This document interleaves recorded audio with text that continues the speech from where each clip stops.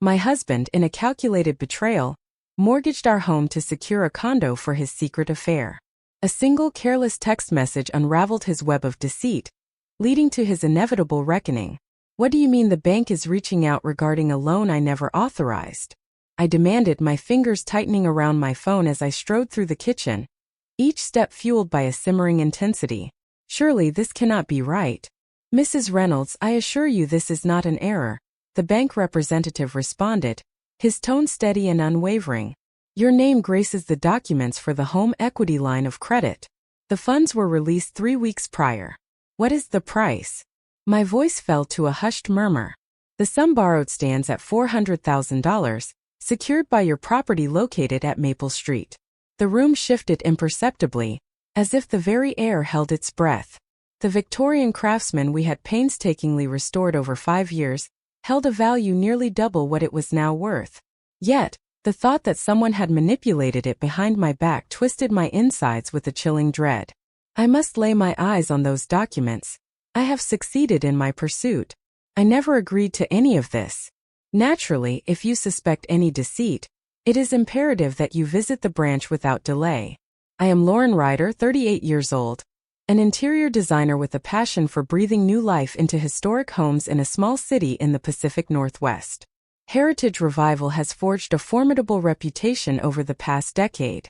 What I desire is straightforward. The serene, genuine existence I believed I shared with my husband, Brandon, within the walls of the home we've invested our souls into. Before me lies a deceitful obstacle, a menace poised to dismantle all that I have tirelessly built. A betrayal has occurred with my signature forged on loan documents, jeopardizing both my home and the integrity of my business. A chilling realization begins to take root within me, hinting that the one I hold dearest may be the architect of my torment. Brandon and I crossed paths in the halls of architecture school. As I delved into the intricacies of intimate environments, he chased the allure of expansive commercial ventures.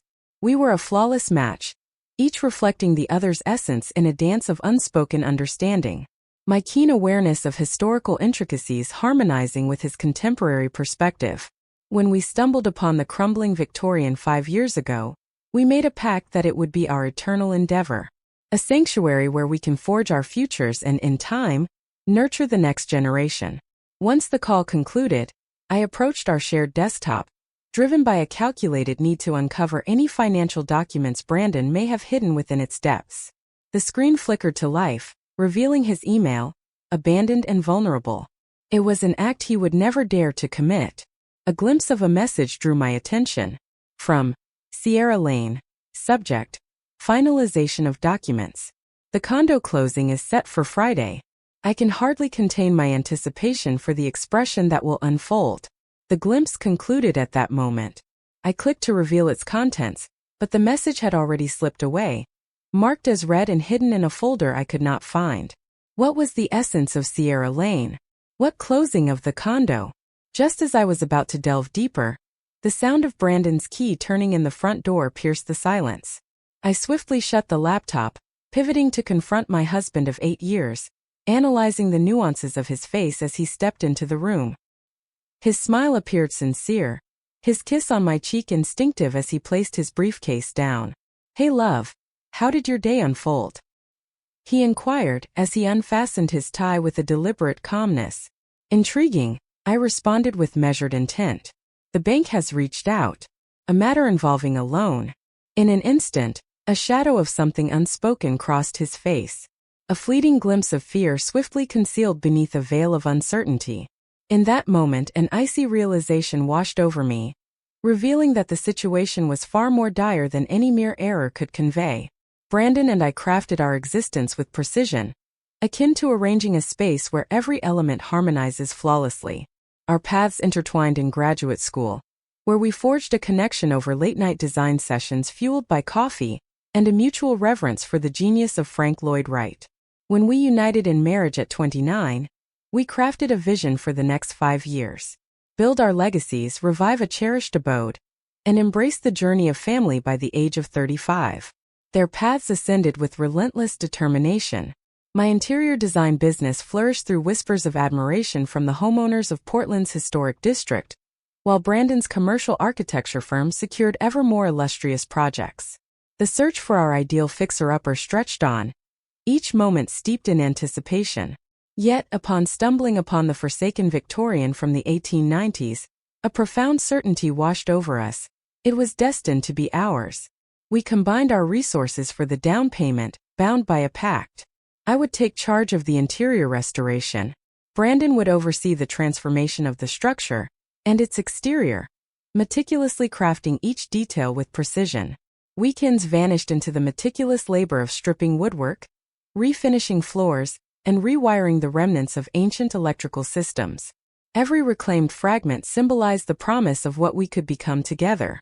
The familial aspect of our scheme revealed itself to be more slippery than anticipated. After 2 years of yearning and hope, we turned to the clinical path of fertility treatments. The burden weighed heavily upon me. Daily hormone injections, invasive procedures, the crushing weight of despair with every disappointing test. Brandon stood by my side, present at crucial moments and offering solace during my setbacks. Yet his mind appeared to wander, ensnared by the relentless demands of his job.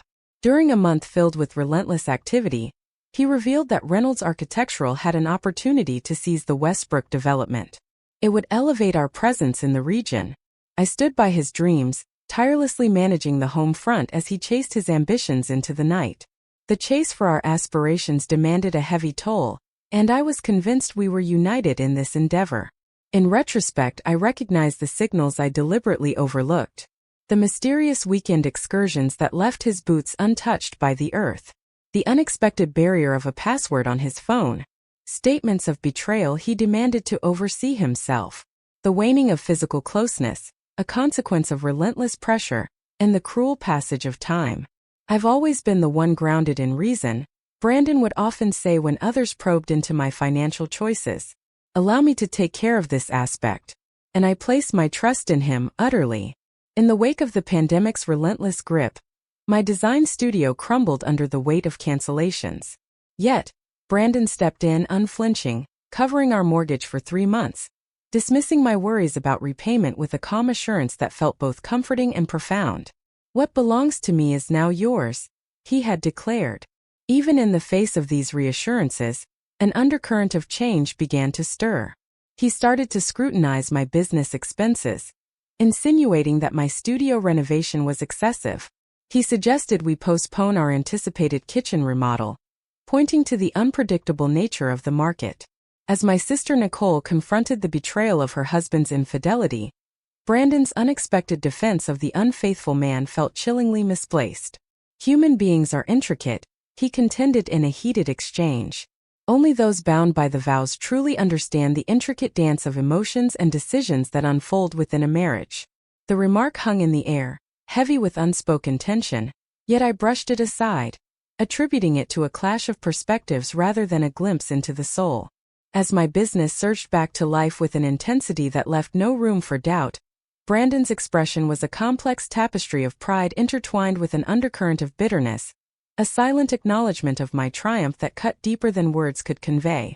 "You've truly found your strength," he remarked at our anniversary dinner last month, his gaze fixed on me with an intensity that left me questioning his true meaning. At times, the woman I once vowed to cherish feels like a stranger to me. In that moment, I perceived it as a form of praise.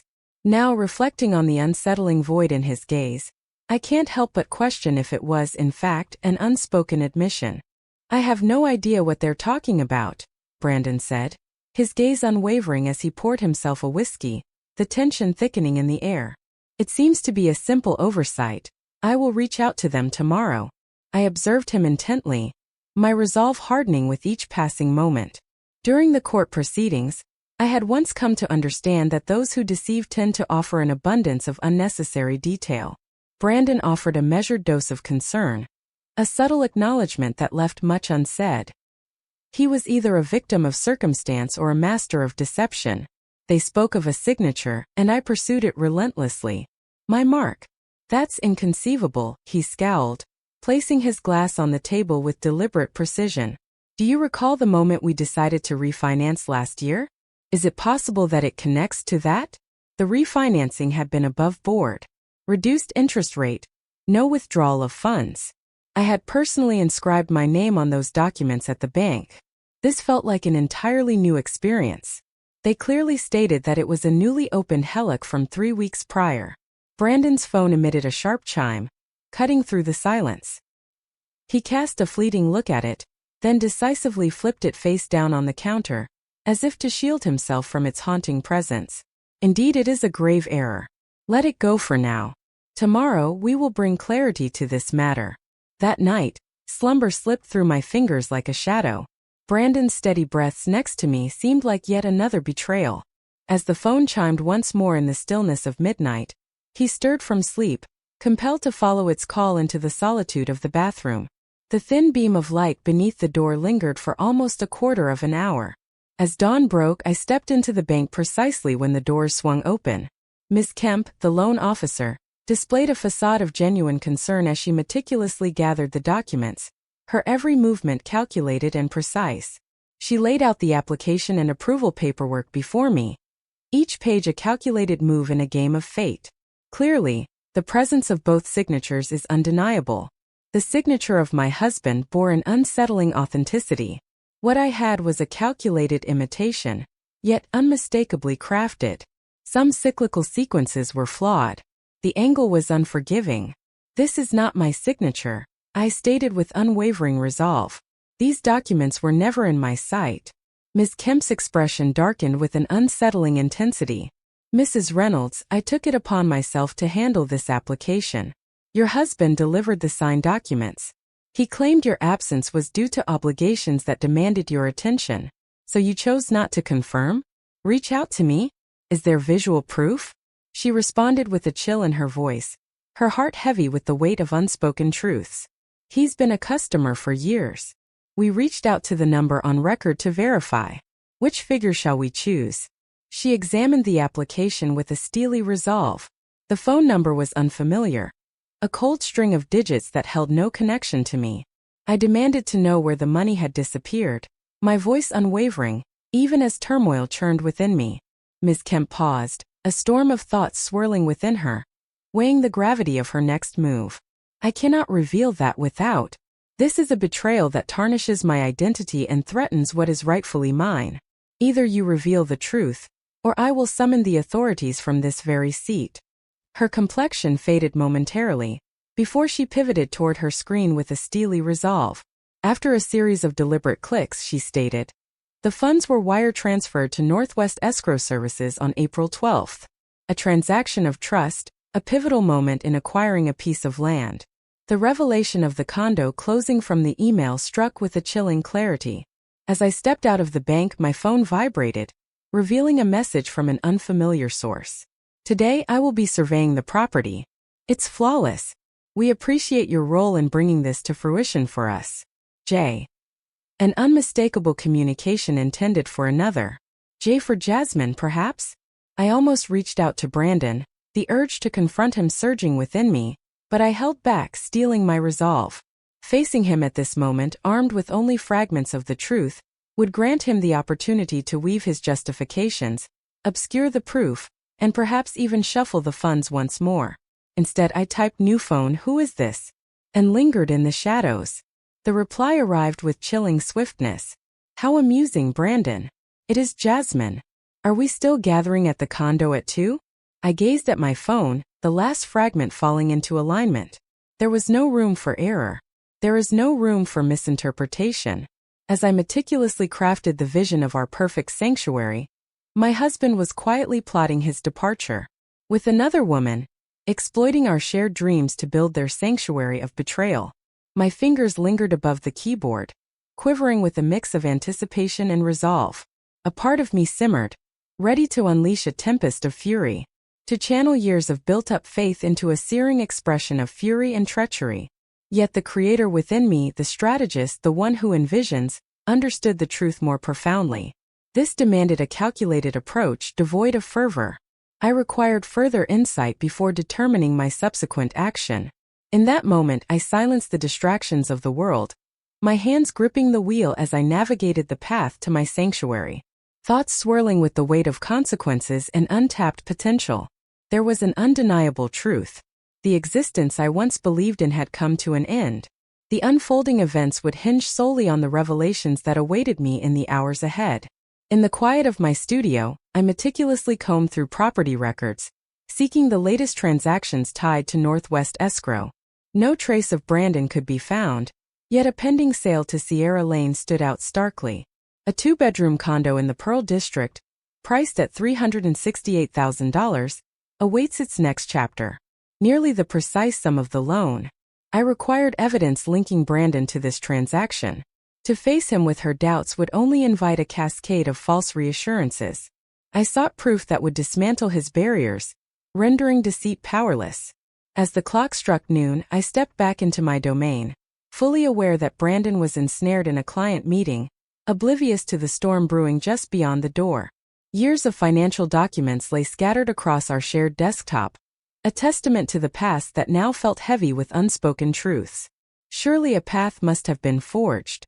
Yet, as I reached for our cloud storage, I discovered the password had been altered. In a chilling turn of events, the spreadsheets we once relied on for our household finances vanished without a trace. Brandon was meticulously obliterating every trace of his existence in the digital realm. I reached out to Martin, our accountant, the one who had been with us through countless tax seasons. "Lillian, your timing is impeccable." I was on the verge of reaching out to Brandon regarding the paperwork for that investment property. Has he located the purchase agreement? My breath hitched. Property for investment? The condominium he spoke of acquiring for investment purposes. He reached out yesterday to discuss the intricacies of structuring it for tax implications.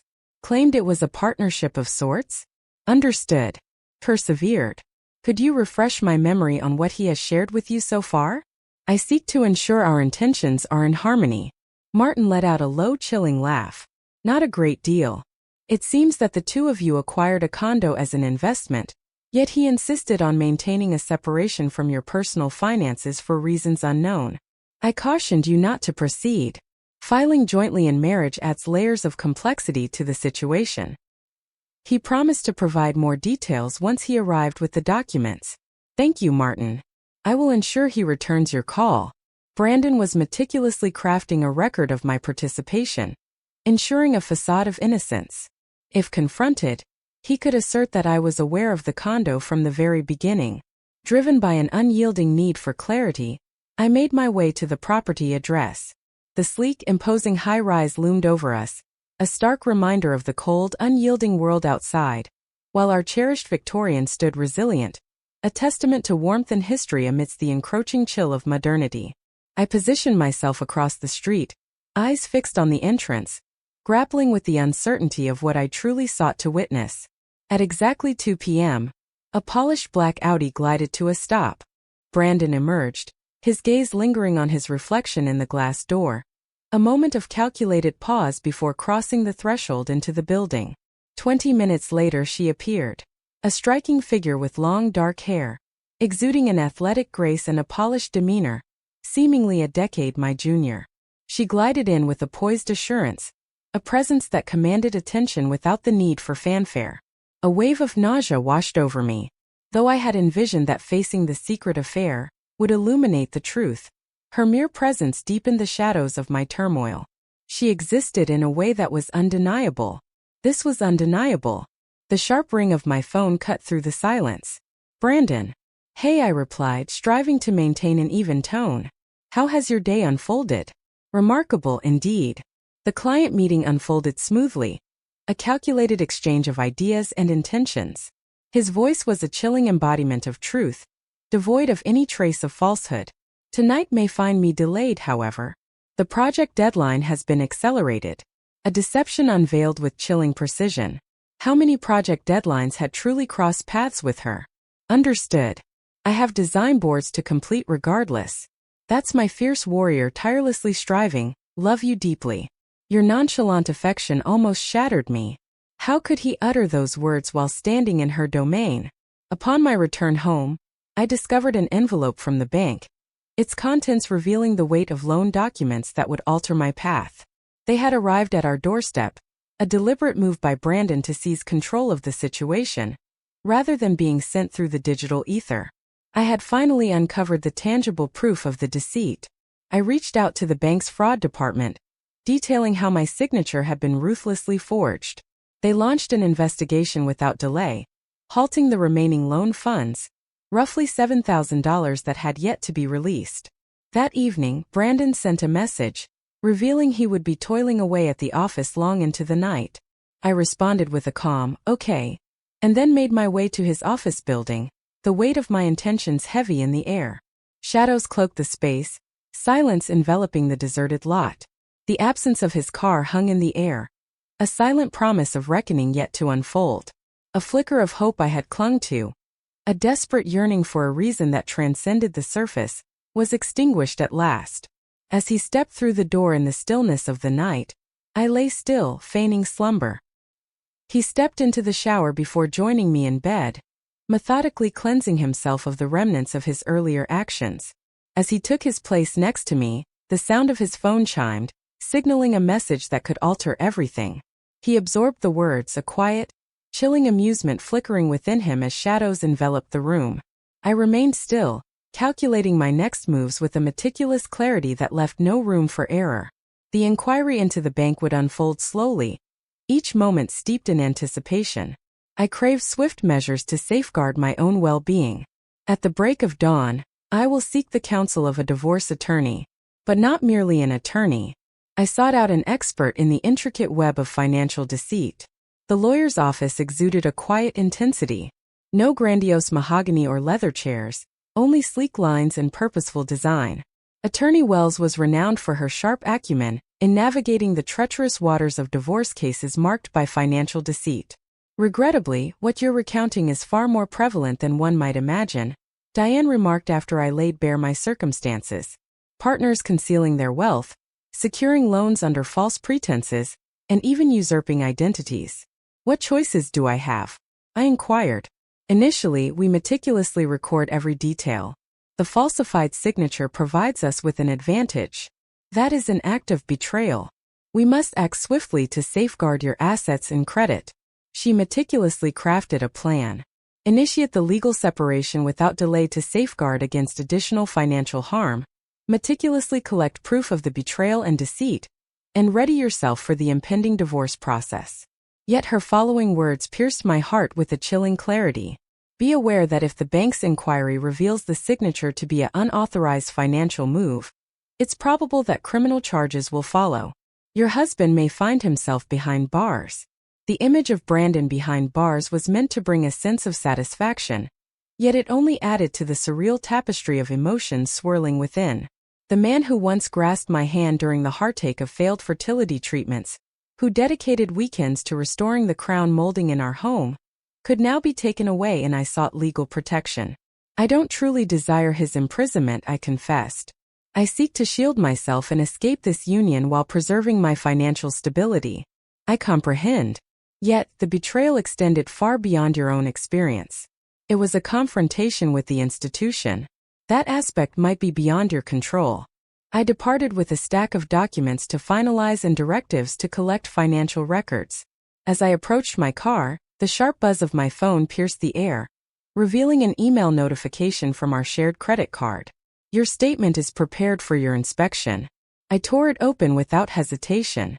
Amidst the familiar costs, there lay an unfamiliar charge that caught my eye. $4,300 at Cartier. The timing aligned perfectly with my weekend workshop in Vancouver a fortnight ago. He had chosen to lavish her with extravagant gifts, precious adornments, while I was away, all charged to our shared credit card, a burden I contributed to. The casual arrogance of it hit me with the force of a visceral blow. Upon my return, an unexpected revelation lay in wait.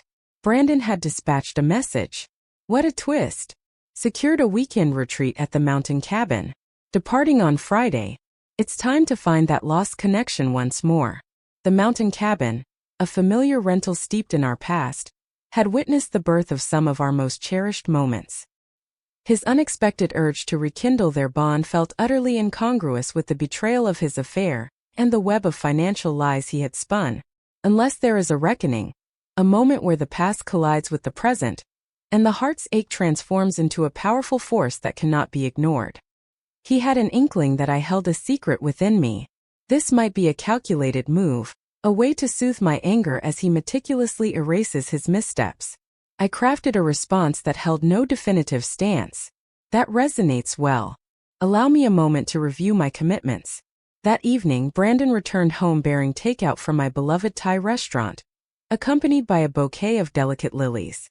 His attentiveness was meticulously crafted, every smile a carefully orchestrated act. As we sat together, he broke the silence, suggesting that the cabin might offer us a much-needed escape from our hectic lives. I observed him intently, a chill coursing through my veins. What sparked this unexpected turn of events? I've come to understand that I've been overlooking the things that truly hold significance. He extended his hand toward me, a gesture laden with unspoken intentions. We together. The performance was impeccable. A husband navigating the depths of his wife's heart once more.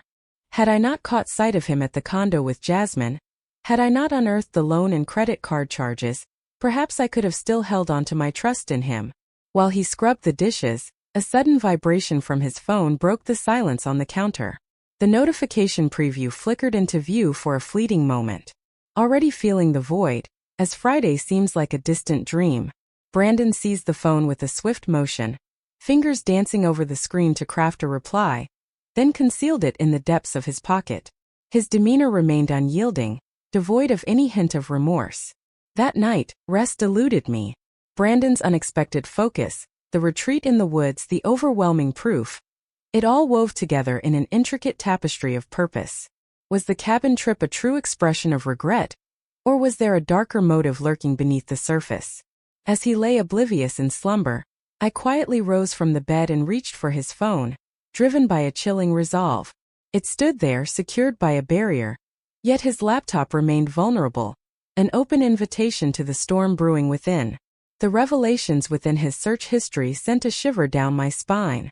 In the shadow of a tragic accident, a life insurance payout looms large, entwined with the haunting echoes of a hiking mishap in Oregon, where the whispers of untraceable harm linger in the air. In that moment, everything fell into place with a chilling precision. The cabin was not a place for mending wounds. It was an isolated place, shrouded in the potential for unforeseen consequences. Brandon had no intention of salvaging what we once had. He had dark intentions. My hands shook with a chilling resolve as I captured the evidence of his transgressions through the lens of my phone. This had transcended mere betrayal and deceit. It was a calculated act of violence. I shut his laptop with precision, ensuring it remained untouched, and slipped back into bed, lying tense next to the unfamiliar man who was my husband. The dawn broke, illuminating my restless thoughts as I weighed my choices with a chilling clarity. I reached out to Diane the instant her office doors swung open. I must meet today. Time is of the essence. 2 hours later, she examined my evidence, her face a mask of steely resolve. The evidence gathered thus far may not be definitive, yet when intertwined with the broader context, it compels us to engage the authorities. By afternoon, I had meticulously documented my ordeal and secured an urgent I sought legal protection, a calculated step in my unfolding narrative. Detective Morgan, a seasoned officer with a focus on domestic matters, gathered my statement with an air of cold professionalism. She promised to delve into the searches and keep a watchful eye on his movements. For now, it would be wise to stay away from home. Is there a refuge where you can find solace? My sister Nicole extended her guest room with unwavering resolve. That wretched man, she whispered, her voice laced with a chilling resolve as I laid bare the circumstances. Brandon always seemed to embody an unsettling perfection. With the I sought legal protection established and the authorities alerted, a flicker of safety washed over me. Yet, a fresh dilemma surfaced. I had to gain entry to our home to collect vital documents and belongings, but the thought of facing Brandon was too perilous to contemplate. I'll accompany you, Nicole offered, her voice steady and resolute. We'll bide our time until he's occupied with his duties. The scheme appeared flawless until Brandon sent a message, working from home today, missing you, still lost in thoughts of our weekend escape. He sensed that I had unearthed a truth he wished to keep buried. His presence loomed like a calculated move, ensuring that I could not reclaim anything without facing him directly. I required a diversion to lure him away from the confines of our home. After weighing my options, I sent a message, "Shall we meet for lunch? We must discuss something important." Proposing a restaurant that was a 40-minute drive away would allow Nicole and me to slip into the house, gather what we needed, and escape before he had the chance to come back. Absolutely. His reply was swift and calculated. Midday at Riverside Grill? Flawless. As anticipated, Brandon departed sharply at 11:20. Nicole and I lingered in the shadows, our hearts pounding, until his car vanished from sight before we dared to approach our home.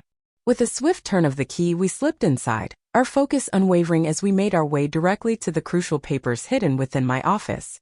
Hurry, Nicole urged, her gaze fixed intently on the window, a storm of emotions brewing beneath her calm exterior. Acquire what is necessary, and then we shall proceed. I collected my passport, birth certificate, essential business papers, and treasured family photographs. In the dim light of our bedroom, I unearthed the jewelry my grandmother had entrusted to me, each piece a silent witness to the weight of legacy and unspoken promises. All else could be cast aside. As I walked by Brandon's office, a sharp notification pierced the silence from his desktop computer. In an instant, my eyes locked onto the screen, and time stood still. A message notification flickered on the screen, revealing Jasmine's name. Anticipation courses through me as we prepare for our journey. She'll remain oblivious, won't she? The cabin trip was never meant for my presence. It was for their sake. The inquiries into accidents and poison surely served a different, darker intention. Perhaps there lies another layer of his scheme that remains hidden from my grasp. Lillian, it's time to move. Nicole's voice pierced through the silence, filled with an urgent intensity. His vehicle has just emerged onto the street. A wave of dread washed over her. Brandon had never planned to sit across from me at lunch. He had pierced the veil of my deception and returned with swift precision. He's returning, I whispered fiercely, darting toward the entrance. It's already beyond redemption. He's arriving, the engine's growl echoing in the stillness of the evening. We found ourselves ensnared. If Brandon caught me in the act of stealing those documents, his response could be unpredictable and chilling. The I sought legal protection would be meaningless if he chose to unleash his fury without warning. Through the kitchen, I resolved to guide Nicole to the back door. As we approached, the door handle twisted with a chilling inevitability. A presence slipped silently through the shadows at the back of the house. Nicole's gaze sharpened, a storm brewing within her. I was under the impression that he resided by himself. He does, I murmured, a chill coursing through me. The back door creaked open, unveiling a figure, Jasmine, who strode in with grocery bags in hand, exuding an air of belonging that felt almost calculated. She stood still, a chill of disbelief washing over her features. What is your identity? She insisted. What brings you to our home? Is this our home? The subtle intensity in her voice stirred a fire within me. This was my sanctuary. The space I meticulously reclaimed, piece by piece. The one that bears my name on the title. The pawn they had exploited for their clandestine liaison. Just as I was about to speak, the front door swung open. Brandon's voice pierced the silence, babe. You're here already? I seized the champagne for. He turned the corner and halted, confronted by a scene that defied belief. There they stood, his wife, his sister-in-law, and his secret affair, in the very kitchen he had vowed to transform for me long ago. Silence hung heavy in the air, a palpable tension enveloping the room. Suddenly my phone vibrated, signaling a new message. From Brandon's contact. She remains blissfully unaware of the truth that eludes her grasp. A message intended for Jasmine, yet it found its way to me by error. The text notification glowed ominously on my phone screen, a beacon of revelation for anyone nearby. My sister cast a fleeting look at it, then turned to me, her face transforming from trepidation to a fierce defiance. Wrong number, dear, I said, locking eyes with Brandon as I crafted my reply, each word deliberate and charged with unspoken intent. The sound of his phone pierced the silence. His complexion paled as he read the message, a chilling understanding settling in that he had just revealed his deepest secret to the one he had sought to keep it from. Lillian, there's a reason behind this. He initiated the unfolding of events. Allow me to assist you, I interjected, my tone unsettlingly composed. You manipulated my trust, signing my name to a home equity loan for $400,000 without my consent. You allocated those funds to secure a condo for your girlfriend. You made a $4,300 Cartier purchase on our joint credit card. And you meticulously explored methods to ensure my erase me from his life appeared to be a mere accident. Jasmine's gaze cut sharply to Brandon. What is she referring to? What erased me from his life? She stands at the crossroads of her emotions, a tempest brewing within her heart. Brandon faltered, caught in a moment of intense turmoil. Lillian, your thoughts are clouded. The authorities possess your search history, I pressed on, coupled with undeniable proof of identity theft and financial deceit. You stand here, defying the boundaries set before you, fully aware of the consequences that loom in the shadows. In perfect synchrony, the haunting wail of sirens pierced the air. Detective Morgan had vowed to check in regularly, a silent guardian in the shadows as I ventured into the depths of retrieval. Your belongings will be on the lawn in an hour, I stated, my voice unwavering even as adrenaline surged within me. I've taken every precaution, replaced the locks, altered the security system passwords, reset the garage door code. One cannot simply. I have already taken care of that. I raised my phone, revealing the damning evidence of his search history. Shall I send these to Jasmine? To your guardians? The partners of your firm? The wailing sirens intensified, echoing through the night. Brandon's expression transformed from disbelief to a haunting sense of urgency. This is my house as well, he asserted, his voice trembling with uncertainty. In truth, it is not. It's over now. I presented him with a document from my folder, the initial filing for divorce, citing deceit and betrayal. Tomorrow, the official notice will arrive, but let this be a glimpse into what awaits. Nicole swung the front door wide as the I sought legal protection cruiser glided to a halt, its presence heavy with unspoken tension. Detective Morgan emerged, her hand poised with deliberate ease on the grip of her holstered weapon. Is everything all right, Mrs. Reynolds? She made the call. Mr. Reynolds was on the verge of departure, I responded with a calm resolve. Forever. As promised, Brandon's possessions lay strewn across our front lawn exactly 1 hour later, a testament to the cold precision of my resolve. Nicole and I moved with a chilling precision, clearing out his closet, carefully packing away his cherished architecture books, and arranging his costly electronics in orderly stacks. Onlookers peered from behind curtains and across porches, their intrigue eclipsing any sense of propriety. Jasmine had vanished the moment the sirens pierced the air. Brandon, following a charged exchange with Detective Morgan, left with a foreboding sense of caution. Crossed the line of that I sought legal protection once more and he would face the consequences. He stood there, a silent figure beside his BMW, as the remnants of his life lay scattered across the yard, scrutinized by unfamiliar eyes. You've delivered your message, he declared coldly. Can we engage in a mature conversation about this? I remained silent, letting the monogram rope slip from my fingers and join the accumulating heap. This is unjust, he attempted once more. That loan was meant for us, for the life we envisioned together. What lies ahead for us? At last I confronted him directly. Which segment? The moment when I meet my fate amidst the wilderness? Or the moment you decide to bring your girlfriend into my space? His expression twisted with a chilling intensity. Your manipulation is transparent. I never keep your excuses for your lawyer, Brandon. A strong choice is essential. Half a year had passed and the dissolution was complete. The bank's relentless pursuit of truth unveiled undeniable proof of Brandon's treachery, leading to the inevitable consequences of criminal charges. Choosing the path of least resistance, he surrendered to a plea deal, embracing financial restitution, probation, and an indelible stain on his reputation. His architectural firm, driven by a relentless pursuit of reputation, demanded his resignation, unwilling to be tainted by controversy. The condo, acquired through deceitful means, was relinquished to settle the bank's demands. The lingering burden of nearly $60,000 after the sale fell squarely on Brandon's shoulders.